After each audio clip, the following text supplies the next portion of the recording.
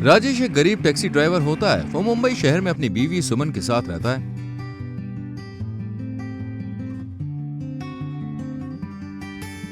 सुमन हमेशा उसके गरीब होने पर उसे खूब ताने कसती है और उसे बुरा भला कहती है। मैं तो फंस गई तुम जैसे लंगूर लल्लू गरीब आदमी से शादी करके। अरे मेरी सारी सहेलियों के हस्बैंड एकदम अच्छी अच्छी पोस्ट वाली नौकरियां करते हैं और मेरा पति एक नंबर का झिंगुर है, कुछ काम का नहीं है। ऐसा नहीं है सुमन बेबी, मैं तुमसे बहुत प्यार करता हूँ और तुम्हारे लिए कुछ भी कर सकता हूँ। तो लाओ मेरे लिए एक 9 लाख का हार। क्यों बोलती बंद पड़ गई, सिट्टी पिट्टी गुम हो गई। हाँ जाओ जाओ, तुमसे कुछ नहीं होने वाला है राजेश। राजेश बेचारा बहुत दुखी होता है। काश मैं अपनी सुमन को खुश रख पाता और उसकी सारी ख्वाहिशों को पूरा कर पाता, लेकिन मेरी जेब तो खाली की खाली ही है। फिर एक दिन जब वो शराब पीकर टैक्सी में रो रहा होता है तो वहां पर एक हॉट और सुंदर छोटे कपड़ों वाली बूढ़ी शुगर मॉमी आती है। क्या हुआ मेरे शाहरुख खान, तुम रो क्यों रहे हो? चलो मैं तुम्हें जन्नत दिखाती हूँ, जिसे देखकर तुम अपने सारे गम भूल जाओगे। लेकिन वेकिन गया तेल लेने, चलो मेरे साथ। उस औरत का नाम लैला होता है। लैला राजेश को अपने साथ ले जाती है और उसके साथ खूब रोमांस करती है।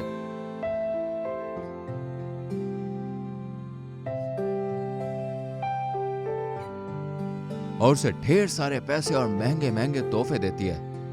अरे वाह, इतने सारे पैसे, मेरी तो दिन दूनी रात चौगनी हो गई। वाह वाह वाह वाह वाह। तुम मुझे बहुत अच्छे लगे हो, इसलिए अब तुम मेरे पास आया करो और मुझे खुश किया करो, फिर मैं तुम्हें ये सारे तोहफे दिया करूंगी। ठीक है लैला जी। अरे बुड़बक, मैं तेरी चाची या काकी नहीं हूँ जो मुझे लैला जी बोल रहा है। मैं तो तेरी शुगर मॉमी हूँ, मुझे लैला ही बोला कर। ओके लैला। लैला और राजेश अब रोजाना महंगे महंगे कैफेज, क्लब्स और रेस्टोरेंट में जाते हैं।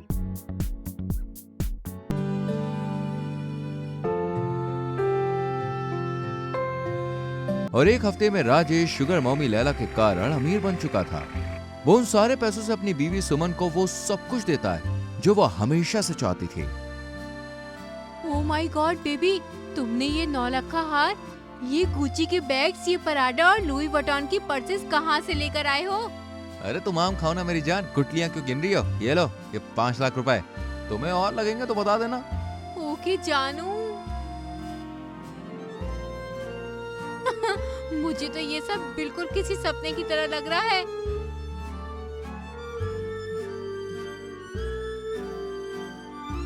लैला और राजेश दोनों के बीच का बॉन्ड दिन पर दिन बढ़ता ही जाता है।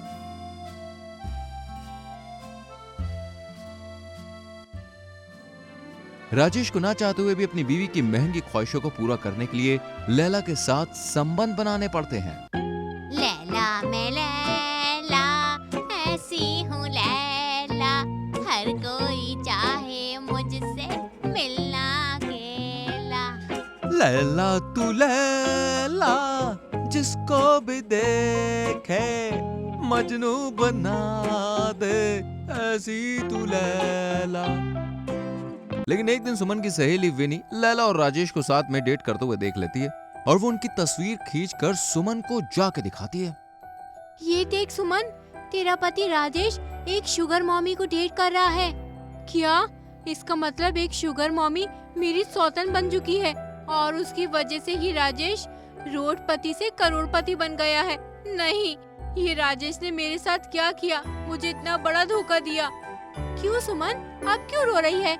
जब वो तुझे कुछ भी नहीं देता था तब भी तू उससे गुस्सा करती थी, और अब जब वो तुझे सब कुछ दे रहा है तब भी तू उसे गुस्सा करते हुए रो रही है। उसने ये कदम तेरी वजह से ही उठाया है, तुझे खुश करने के लिए। सुमन को अपनी गलती का एहसास हो जाता है और वो जाकर राजेश से माफी मांगती है। मुझे माफ कर दो राजेश, ये सब मेरी वजह से हो रहा है ना, ताकि तुम मेरी ख्वाहिशों को पूरा कर सको। लेकिन इस सब में मैंने एक बेशकीमती चीज पाली है और वो है तुम्हारा प्यार। मेरे प्यार के खातिर तुमने इतना सब किया ना। माफी मत मांगो मेरी जान, I love you. I love you too baby. Rajesh उस दिन के बाद से शुगर मॉमी को डेट करना बंद कर देता है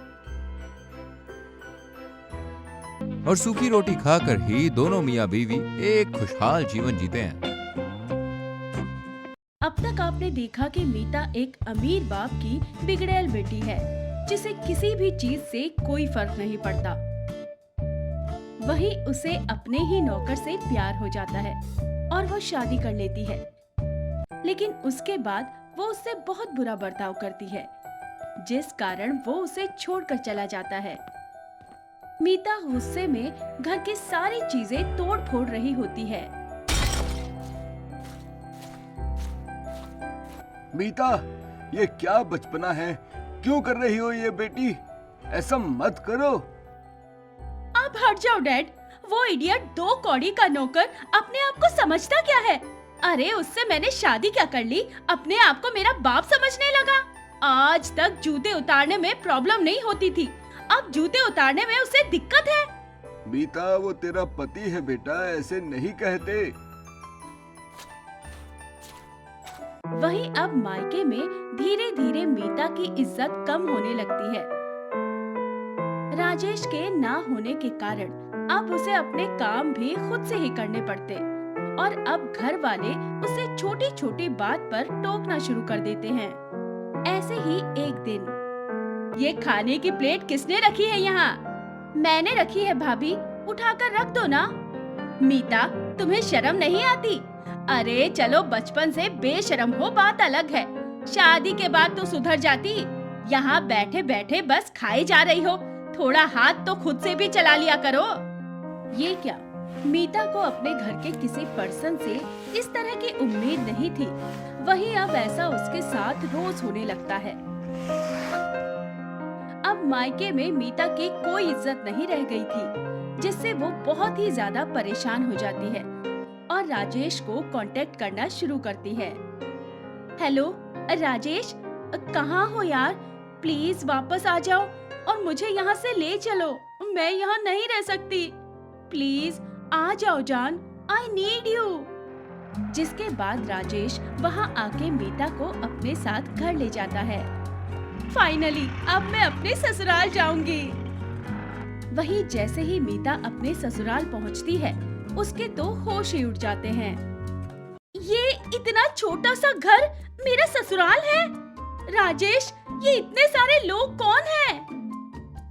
ये मेरे घर वाले हैं मीता, तुम्हें इन्हीं के साथ रहना है। ये तो अलग ही मुसीबत है। इस झोपड़ी में इन लोगों के साथ मैं कैसे रहूं? पर्सनल स्पेस नाम की तो कोई चीज ही नहीं मिलेगी अब तो। क्या सोच रही हो? कुछ नहीं। अच्छा हुआ बेटा, बहू ले आया तू। अब तो मैं घर का कोई काम करने से रही, मेरी बहू ही करेगी सारा काम। काम? हाँ काम तो आता होगा ना बहू। कैसी बात कर रही हो दादी? भाई की पसंद है, काम ना आए ऐसा तो हो ही नहीं सकता। मुझे तो गैस भी जलाना नहीं आता, काम कैसे करूंगी मैं? वहीं अब कोई भी काम ना आने के कारण मीता को ससुराल में और भी ज्यादा दिक्कतों का सामना करना पड़ता है। बहू होने के कारण उसे सारे काम करने पड़ते। वहीं सबके सपोर्टिव होने के बावजूद अपने घमंडी और चिड़चिड़े स्वभाव के कारण मीता बहुत ही जल्दी सबसे चिढ़ जाती है। ऐसे ही एक बार की बात है। मीता, ये लो मेरी इस मंथ की सैलरी, जाओ अब बाजार से सब्जी लेते आओ। आज कुछ अच्छा बना लेना और अपने लिए कुछ शॉपिंग भी कर लेना। ओह थैंक यू यार।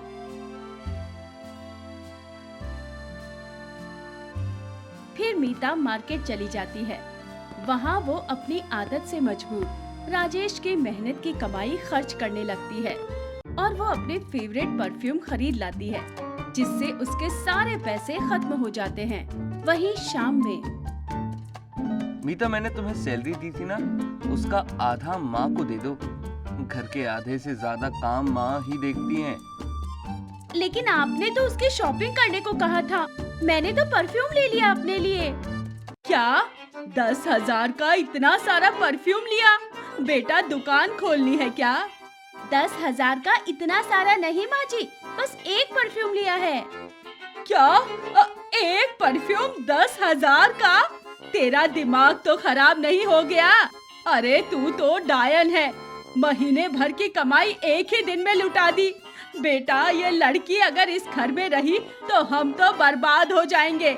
ये कुलक्षणी है, अब हमारा महीना कैसे चलेगा? ना जाने कैसी बहू ले आया है तू कि इसे कुछ आता ही नहीं है, बस कैंची सी तेज जुबान है। हाँ, अब तो आपको मेरी जुबान से दिक्कत ही होगी। तब कहाँ थी जब आपका बेटा मेरा नौकर बनकर मेरे जूते भी साफ करता था। मेरे पिता ने अगर खूब महंगे महंगे तोहफे दिए होते तब तो आपको मैं अच्छी लगती। तुम गरीबों की यही दिक्कत है, अपनी औकात बहुत जल्दी दिखा देते हो।